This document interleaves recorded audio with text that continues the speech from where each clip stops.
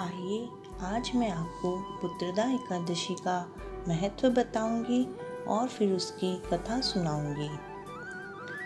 श्री युधिष्ठिर कहते हैं कि हे भगवान, मुझे श्रावण शुक्ल एकादशी का क्या नाम है और व्रत करने की विधि तथा इसका महात्म्य कृपा करके कहिए। मधुसूदन कहने लगे कि इस एकादशी का नाम पुत्रदा एकादशी है।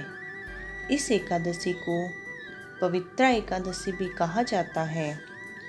पुत्रदा एकादशी व्रत करने वाले व्यक्ति को पूजा के बाद पुत्रदा एकादशी व्रत की कथा जरूर सुननी चाहिए। ऐसा करने से व्रत करने वाले की सभी मनोकामना पूर्ण होती है। श्री कृष्ण भगवान कहते हैं कि अब मैं आपको इसकी कथा सुनाता हूँ, जिसको सुनने मात्र से वाजपेयी यज्ञ का फल मिलता है। द्वापर युग में महिष्मती नगरी का राजा महिजीत था। वह बहुत ही प्रतापवान और पुण्यशील राजा था। वह पुत्र की तरह अपनी प्रजा का पालन करता था, लेकिन उसके संतान न होने के कारण उससे राजमहल का सुख अच्छा नहीं लगता था। वेदों में संतानहीन मनुष्य का जीवन निरर्थक माना जाता है। यदि संतान रहित व्यक्ति अपने पितृगण को जल दान करता है तो वे उस जल को गर्म जल के रूप में ग्रहण करते हैं। इसी दुविधा में राजा का बहुत समय गुजर गया। उन्होंने पुत्र पाने के लिए बहुत से दान यज्ञ आदि कार्यों को किया, परंतु राजा के पुत्र पैदा नहीं हुआ। युवा अवस्था बीत गई और बुढ़ापा आ गया। उसके पश्चात राजा ने विद्वान ब्राह्मणों और प्रजा के लोगों से सलाह मशवरा किया। राजा ने कहा कि हे ब्राह्मणों तथा प्रजा के लोगों, मैं संतानहीन हूँ। अब मेरी क्या गति होगी? मैंने समस्त जीवन कोई भी पाप कर्म नहीं किया है। मैंने कभी अत्याचार से धन इकट्ठा नहीं किया। मैंने सर्वदा पुत्र की तरह प्रजा का पालन किया तथा धर्म पर चलते हुए राज्य किया। मैंने अपराधियों, चोर, डाकुओं को दंड दिया, पूज्य मित्रों की भोजन व्यवस्था की, गौ ब्राह्मणों का भला सोचते हुए सभ्य पुरुषों का सम्मान किया। फिर भी हे श्रेष्ठ ब्राह्मणों, मेरे अब तक कोई पुत्र न होने का क्या कारण है?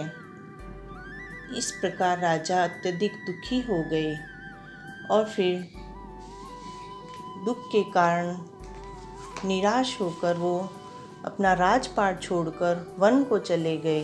वन में जाकर वह इधर उधर घूमने लगे। तभी राजा को एक श्रेष्ठ मुनि के दर्शन हुए। वे मुनिराज भोजन रहित रहकर तपस्या में लीन थे।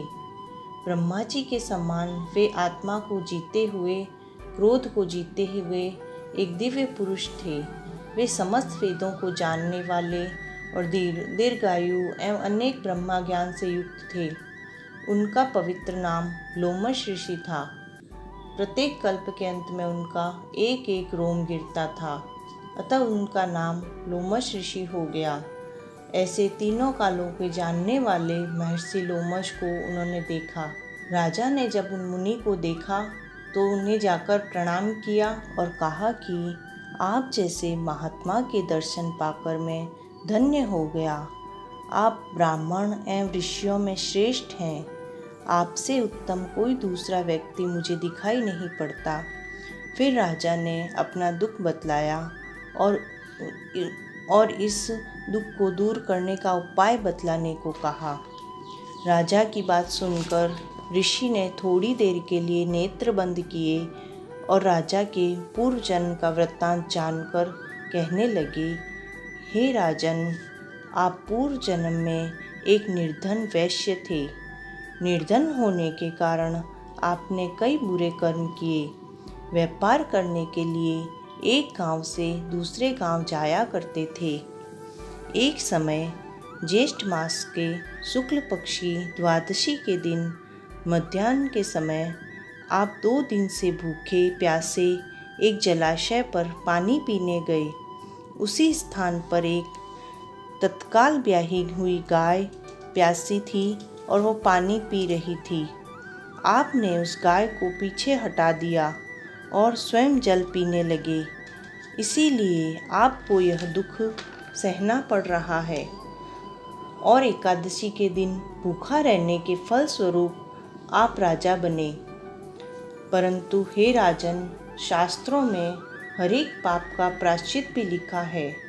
मैं आपको इस पाप का प्रायश्चित करने का उपाय बतलाता हूँ। आप श्रावण शुक्ल पक्ष की एकादशी को, जिसे पुत्रा एकादशी भी कहते हैं, उसका व्रत कर, दान आदि कर इस पाप से मुक्त हो सकते हैं। और आपको पुत्रा एकादशी को करने के फलस्वरूप पुत्र रत्न की प्राप्ति भी होगी।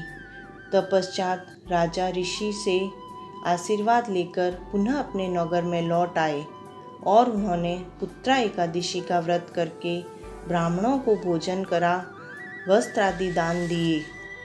कुछ समय पश्चात रानी सुदक्षिणा गर्भवती हुई और पुत्रदा एकादशी करने के फलस्वरूप उन्हें एक सुंदर पुत्र की प्राप्ति हुई।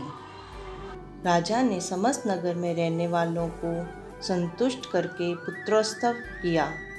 राजा महिजीत ने ब्राह्मणों को धन तथा रत्नादि देकर पूर्ण रूप से प्रसन्न किया। श्री कृष्ण जी कहते हैं, हे राजन, यह ऐसा ही प्रभावकारी व्रत है।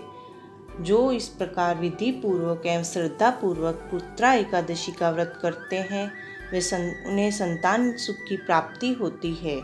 जय श्री कृष्ण।